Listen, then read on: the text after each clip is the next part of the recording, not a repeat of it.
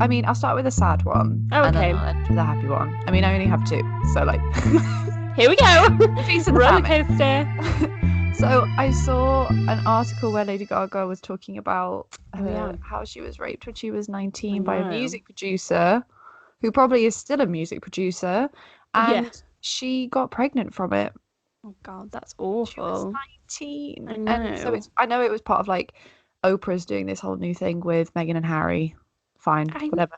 Yeah. It's great. That's what they decided to do with their life. Yeah. Fine. Yeah. Fine. But yeah, I saw that and it just made me really sad because I just want her to be happy. I know.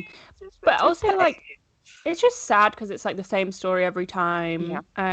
Vulnerable people in vulnerable positions, teenagers even in this case, and people in power, men in power, music producers, happens all the time. Kesha for one. And people don't believe it, so people never speak out about it. Nothing changes. And like you say, that music producer probably still going. Doing his horrible things to other people. I'm guessing she never named this music producer. No. Yeah, well. That makes me think. Still around. Yeah. So that was really sad and made me sad. But then what I found more fun is people have been shitting on Kendall Jenner's Tequila. Was it 818 or something? Yeah, 818. Her new brand. She's decided that she was going to do tequila, and everyone's like, why? Tequila is like a huge part of Latinx culture, particularly Mexican culture. It's got a long history, and it's another thing the Kardashians are like, ooh, fun. We'll take it. Yeah. But also, I think, like, is she the first white person to have a tequila company? Or absolutely not. No. The way she dealt with it, not good, made it worse. Have you seen this commercial? Yeah. Oh boy, yeah. Guys, if you've not seen it, I don't think we can even do it justice. So if there's some way you can find it without giving Kendall a cent of money, look for it. But it seems to be playing on every stereotype available. Yep, this white woman charging through a field on a horse, like the colonizer she is. Oh, and while all these, Mexican people are working in the fields, and she gets to sit there and talk about it, but does no labor. Yeah, it's not good. No, I really recommend looking at the actual thing because you will be shocked. Even the pictures are shocking enough. But also, in terms of Kendall Jenner this week, I've seen a lot of people also shitting on her modelling. Yes, because I've seen this as well. Yeah. Where's it come from? Well, I think there's always been... You know how with Kylie Jenner, there's this whole thing that people criticize her for, like, people claiming she's a self-made billionaire, and she's not. I think people have the same sort of hang-up with Kendall's modelling in that she's one of the most successful models at the minute. One of the top highest paid model in the world. Yeah, highest paid in the world. And it's like, does she deserve it? Like, she's not giving anything. Like, I don't know as well. I feel like a lot of people our generation, sadly, grew up on America's Next Top Model. And I just know when I look at these pictures, if it was in the room at the end, Kendall would be going home. She would. I look at them and I'm like, Tyra Banks told me to do nothing. Like, everything Kendall's doing in this picture, Tyra Banks told me not to do. So I don't know. I'm so confused. But recently she did an ad campaign for, I want to say Burberry, but it's probably not. I think it's Burberry. It is Burberry. One of the designers. And she gave nothing. It's like a weird, when they make like Zara models, are always in like a weird position. Yeah. It's like that, but at the same Zara models even do better than this. Yeah, she was like just She's mouth dead open, behind like the eyes. dead eyes. Yeah. And then also her eyeliner is really weird on it. I mean, I'm not commenting like I'm not saying I do better eyeliner, but I'm saying if I had a makeup artist, I think I would have better eyeliner. Anyway, and I think the criticism really came into force this week because Kylie Jenner did her own photo shoot for something else, I don't know. And it was really good, like really good. And she is not the model of the family, but these were stunning pictures, like so good. She was giving everything that Kendall was not. Yeah.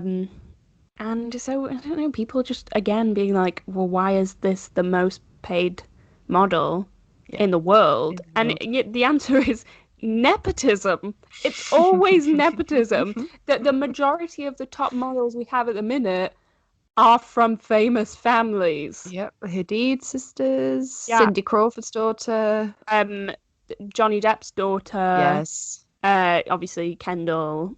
Give us something else. Give us people who are actually working and like are good at modeling. Not that all these girls are bad at modeling. Some of them are genuinely good.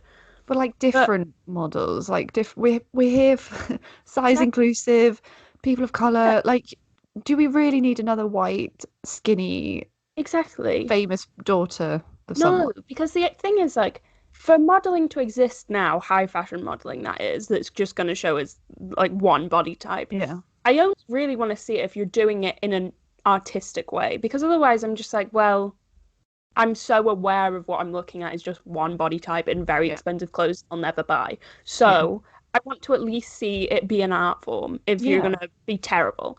Not doing that. They're just like privileged girls and boys as well, like the Hadid brothers doing it. Yeah. Who like that are slim or this particular body type, they're tall enough, so they've put them in front of a camera. And then they just look dead behind the eyes. Mm-hmm. I want I spent too many years watching America's Next Top Model. I'm sorry. Where's the smize, Kendall? Where is it? I only have a couple short things. I feel like probably a lot of people have seen this, and I'm happy. Demi Lovato has come out as non-binary. I'm happy for them. That's good. That's all I have to say. I have no. Congratulations, Demi. It's always good. I think when people come out, people see that it's always good, especially if it's one of your idols. You're like, okay, I feel a bit more accepted now. Always good. Don't really have much to say on it, but that I'm happy for them. Yeah.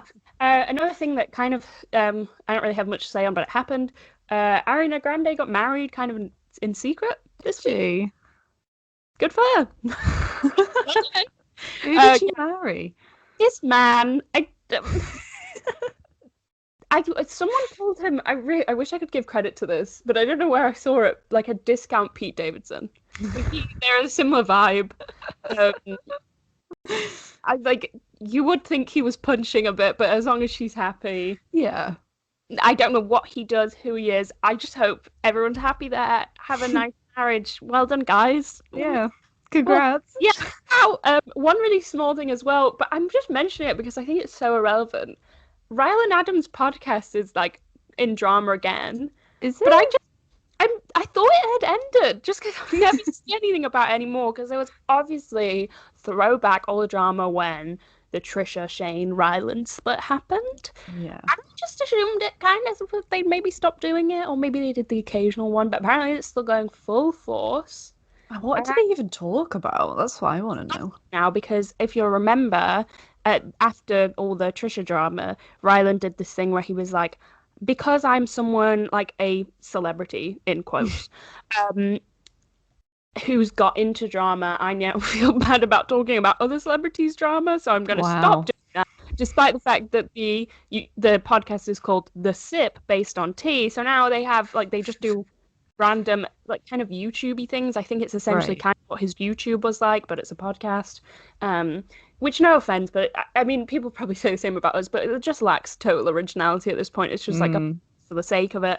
But apparently it's gotten even more awkward. I'd heard people saying it wasn't really entertaining to begin with, except for all the drama and stuff. Yeah. But it's just got more awkward because apparently the co-host, Lizzie, who seems lovely, had a very small part in a horror film that was trending on iTunes. Like a 2-second part, but she was so happy about it because you would be.